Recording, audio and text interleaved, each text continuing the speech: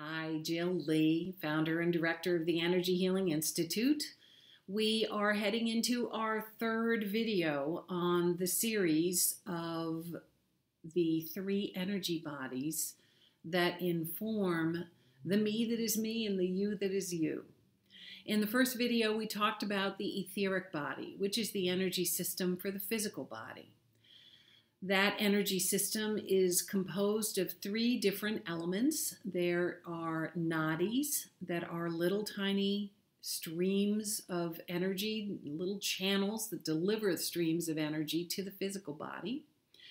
There are chakras, thousands of them, as a matter of fact. There are 7 primary etheric chakras and then thousands of minor chakras. And then a very dense aura that surrounds the physical body. It's about 1 inch in diameter off of the physical body. That's the etheric energy body. And if you want to learn more, I'll send you right over to that video and take a look and listen and learn more. The astral body is the energy system for your emotional body. And that's the chakra system that most people are familiar with. It's 7 primary chakras, kind of like etheric, but different. They are extending from between the ovaries in women up to the top of the head, and at the base of the spine in men up to the top of the head.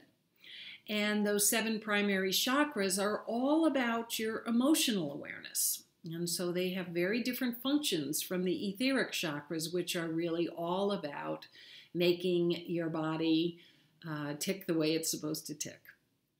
The astral chakras and the aura that surrounds it are the astral energy system. And the aura extends, well, probably almost 4 feet around most people, and has 7 layers in it, 1 layer for each one of the chakras. And again, that's all about your emotional awareness, and each one of those chakras performs a certain role in helping you to make context and meaning out of your life experiences.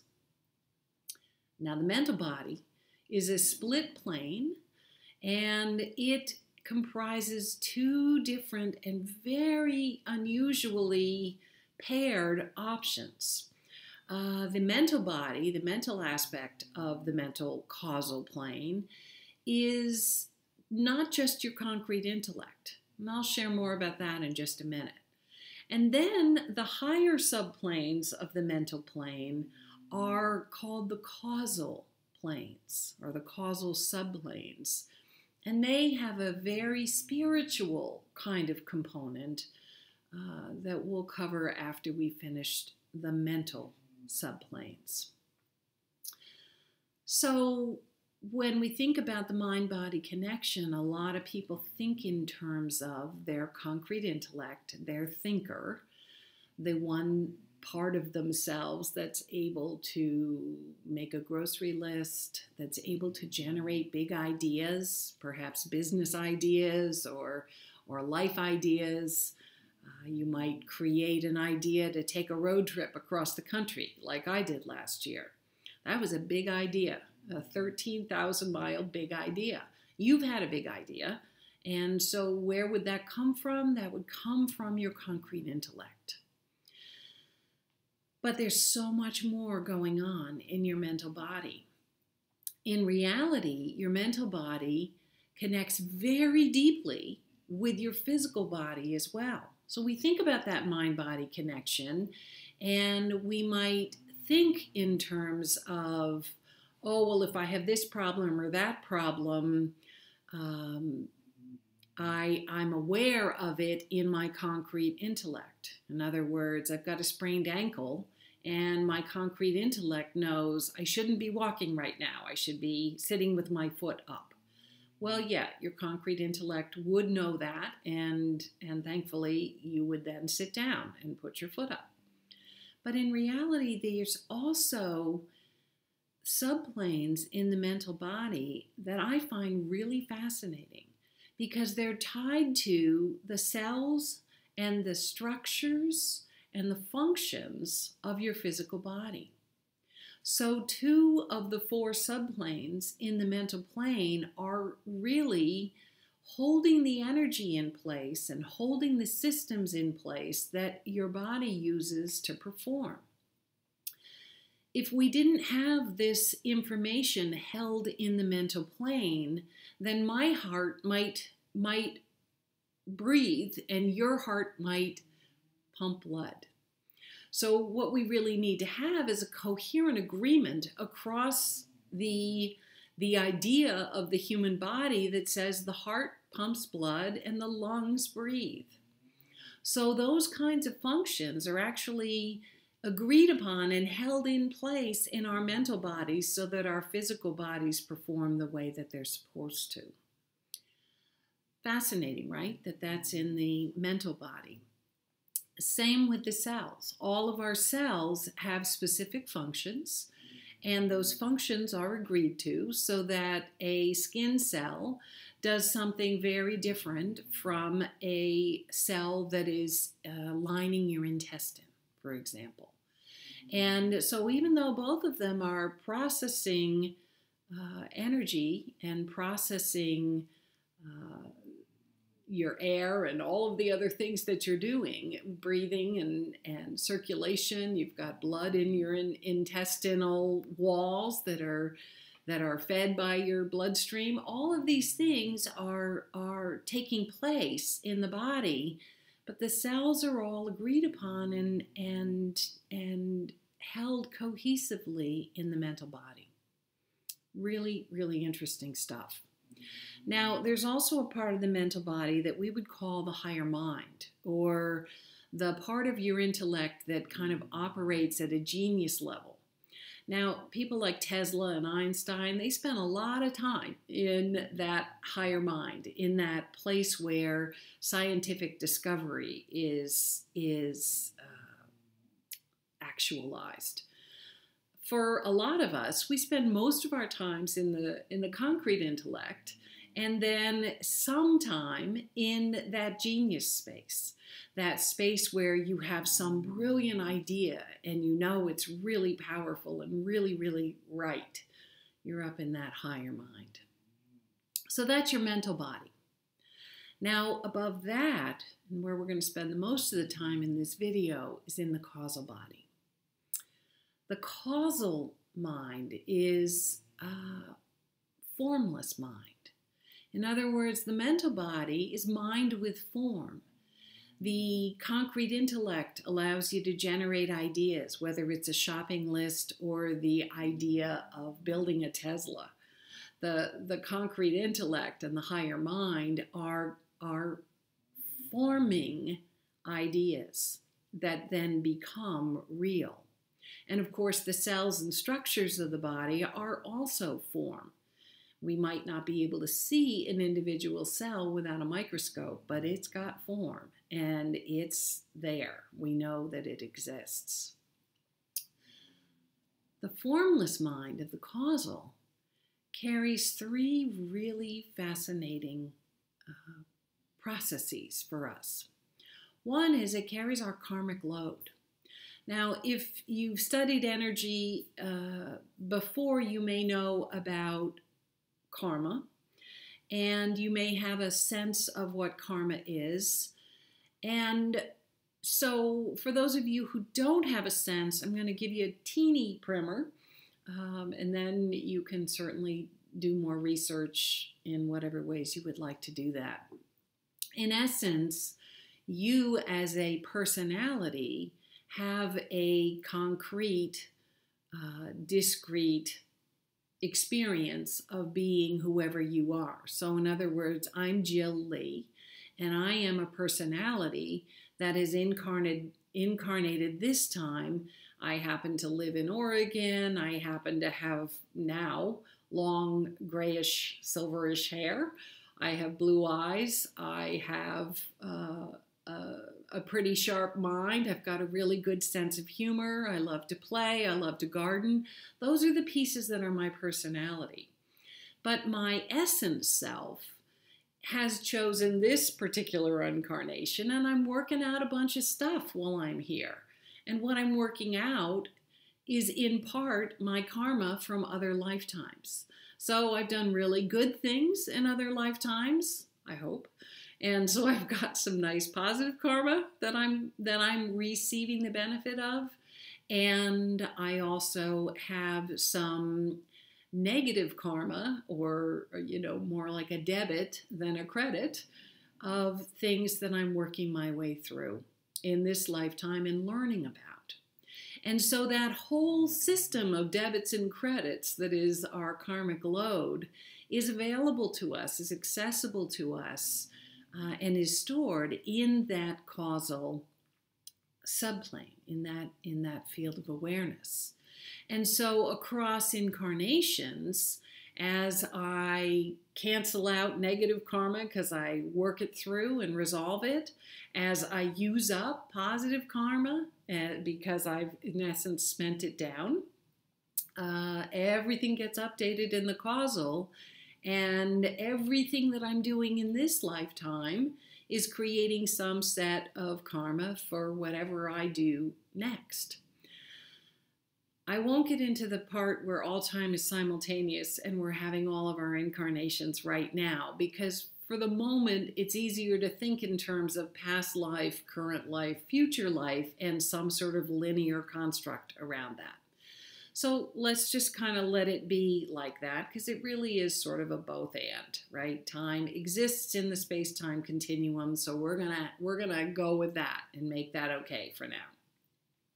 So that karmic information is getting updated and worked with in the causal subplane. Kind of interesting. And if you start to do really granular energy work like I teach at the Energy Healing Institute, you can start to reflect on your karmic load and do work in the astral field, in the emotional field, to evolve some of the karma that you're carrying. It doesn't cancel things out. It helps you evolve. Another thing that exists in the causal plane are your belief systems. And now, if you listen to the astral video, you know that belief systems are actualizing through your sixth chakra in the center of your head. And so, in other words, the belief systems you have get carried out because you have them stored in your sixth chakra, and they inform the way you think and the way you see the world. However, they're not created in the sixth chakra. They're created in the causal mind. So I'll give you an example of a belief system. When I was a young girl, I'm going to say 6 or 7 years old, and I was headed to the stationery store with my mother, and we were going to buy my back-to-school supplies. So I was very excited because at this time, it was so much fun to go to school. I just loved all of the idea of having all those cool pencils and papers and so forth. And as I was walking towards the store with my mom, this woman was coming towards us. Now, it was after Labor Day, and she had on a pair of white pumps. And my mother looked at me and she said, "Jill, do you see that? That woman is wearing white pumps. Doesn't she know that it's after Labor Day and you don't wear pumps after Labor Day? White pumps? Oh my gosh." Well, immediately I took in that anyone wearing pumps, white pumps after Labor Day, was somehow wrong and probably even bad, because there was a lot of tone and a lot of judgment in my mother's voice. So that belief system was instantly created in my mind, and for years afterwards, as I would walk through town on my way to and from school and so forth after Labor Day, I would see women wearing white shoes and know they were wrong. Flash forward about 10 or 12 years, and I suddenly realized I don't care. I don't care what shoes people wear before or after Labor Day. I'm more interested in people than outfits.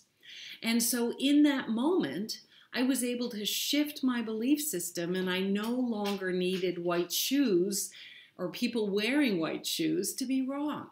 So I changed the belief system.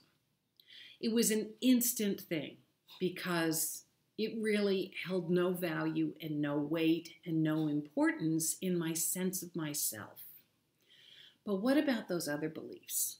Those beliefs like, I'm not too thin, I'm not smart enough, I'm not funny enough, I'm not pretty enough, I'm not fill in the blank enough.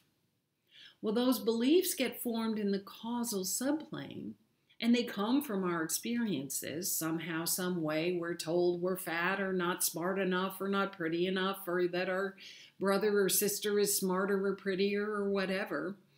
And we take those in and we make them true. And then, through our sixth chakra, we go out and create experiences where we find ourselves to be not pretty enough, smart enough, thin enough, rich enough, whatever it is.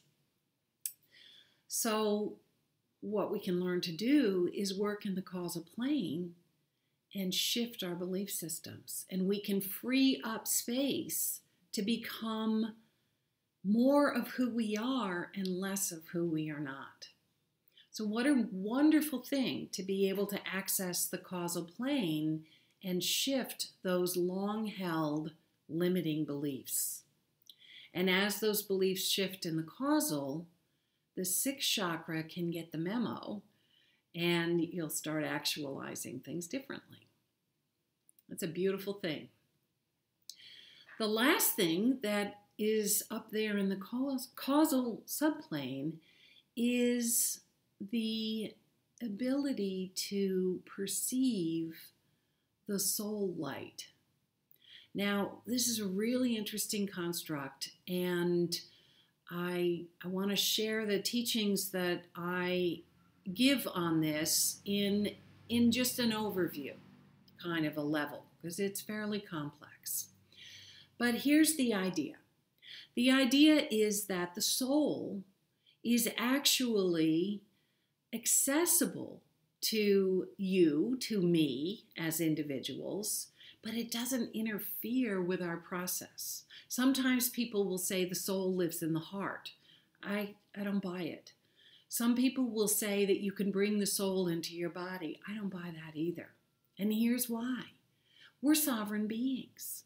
We have the right to choose what it is that we want to create, and there is no soul dictation going on that says you have to do this, you have to do that. You get to choose. And your soul is pretty neutral. Your soul is going to learn everything that it can learn from the experiences that you create. So if you decide that you want to, I don't know, take a boat and sail it around the world, and that what you want to learn to do in that experience is to survive all on your own, your soul is going to say, cool. If you start down the road and you abandon that project of sailing around the world because you decide that you don't like water enough to want to live on it for however long it takes to sail around the world solo, then you decide that you're going to figure out how to live solo by moving to a mountaintop and living in a cave. Your soul is going to say, cool. And if you decide, in fact, that you don't want to do either of those things, that what you really want to do is live in a house in the suburbs and teach piano lessons, and you're going to learn how to be with yourself when you're not with your students, and you're going to learn how to be with people when you are with your students, your soul is going to say, you guessed it, cool. However, you and your soul are always in connection in a certain kind of a way, and that's happening in the causal plane. And what you can do when you learn to access the causal subplanes is you can learn to access the light of the soul as it shines down into the causal. So it's a very spiritual part of your mental body, and your soul is actually gathering the things that you have learned and assimilated and understood. The soul learns from you, and it learns through that part of your causal mind. When you assimilate an experience, when you've completed that experience and you've gotten the learnings and the teachings and the insights and the benefits of that experience, that information moves into the causal plane and the soul learns from you. The soul shines its light down into the causal so that you're always in connection with your soul. And you can actually learn what your soul knows through that causal connection. But the soul doesn't enter the physical body. The soul doesn't enter the emotional body. You are a sovereign being. And you access your soul through the causal. You may have an experience of that. You may think it happened in your body. In reality, it's happening in the causal mind. So that's the third plane of awareness that we use day in and day out to live our lives. We have the etheric, the astral, and the mental causal. And there are actually four other planes that are part of our experience, but they operate in such different ways. I'm not going to cover them in this series. But I hope that this series has been useful for you and that you feel a little bit more informed about you and your energy bodies. Take good care.